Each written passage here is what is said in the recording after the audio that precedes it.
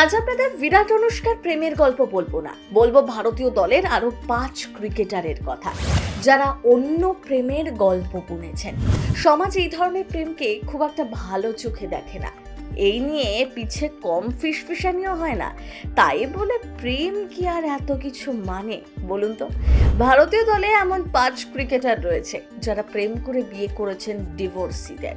একজন তো আবার বন্ধুর বউকে নিয়ে পালিয়েছিলেন, সে নিয়েই কত চর্চা। আজ অবশ্য তারা সুখী দাম্পত্য উপভোগ করছেন। চেনেন এই ক্রিকেটারদের, যারা সমাজের চোখ রাঙানি উপেক্ষা করেই সাহসিকতার পরিচয় দিয়েছেন। প্রেমে আগের সংসারে পরোয়া না করে একে অপরের হাত ধরে বিয়ে করেন এরা। বিরাট অনুষ্কা গত কয়েকদিন ধরেই নামটা ঘোরাফেরা করছেন মুখে মুখে। অনেকেই বলছেন তাদের দেখে শেখা উচিত। আইপিএল জেতার পর বিরাট অনুষ্কার সেই সুন্দর মুহূর্ত কত মানুষ যে সোশ্যাল মিডিয়ায় নিজের ওয়ালে শেয়ার করেছেন তার হিসেব নেই। আসলে সত্যিকারের প্রেম বোধ হয় এমনই হয়। কিভাবে একে অপরের পাশে থাকা উচিত সেই পাঠ নতুন করে যেন শিখিয়েছেন এই দম্পতি। আজ বরং তাদের কথা থাক, আজ আপনাদের বলবো অন্য এক প্রেমের গল্প, যাদের নিয়ে সমাজ নানা কথা বলে, তবে তারা কিন্তু এসবের তোয়াক্কা করে না।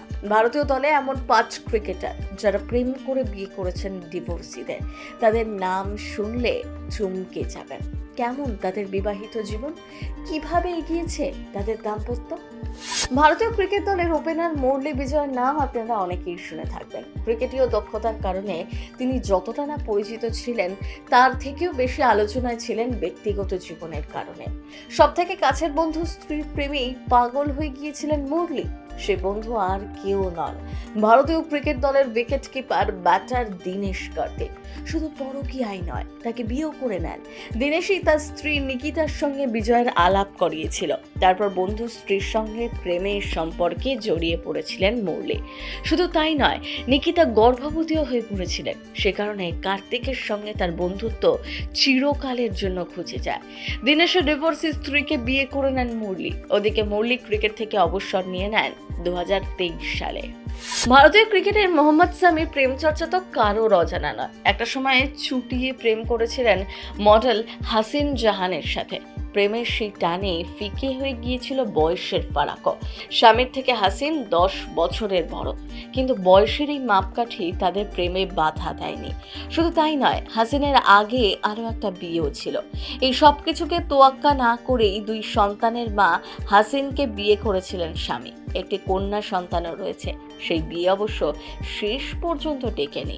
স্বামীর বিরুদ্ধে অভিযোগ ঘিরে অনেক জলঘোলা হয়েছিল। বিতর্কে জড়িয়ে পড়েছিলেন ভারতীয় এই ক্রিকেটার। এই তালিকায় রয়েছেন ভারতীয় দলের আরেক ক্রিকেটার শিখর ধাওয়ান। তিনিও একজন ডিভোর্সি মেয়েকেই বিয়ে করেছিলেন। তিনি ছিলেন 2 সন্তানের মা। অস্ট্রেলীয় প্রাক্তন কিকবক্সার এবং উদ্যোক্তা আয়েশা মুখার্জিকে বিয়ে করেছিলেন ধাওয়ান। ফেসবুকের মাধ্যমেই শিখর ধাওয়ান এবং আয়েশা মুখোপাধ্যায়ের প্রথম আলাপ হয়েছিল। আয়েশা শিখরের থেকে 10 বছরের বড়, তবে প্রায় 9 বছর পর তাদের বিয়েটা ভেঙে যায়। আয়েশার একটি পুত্র সন্তানও রয়েছে। এছাড়াও ভারতীয় ক্রিকেট দলের স্পিনার অনিল কুম্বলের জীবনেও রয়েছে এমন একটি গল্প। এক সন্তানের মায়ের সঙ্গে প্রেমের সম্পর্কে জড়িয়ে পড়েছিলেন কুম্বলে। নাম চেতনা রামতীর্থ।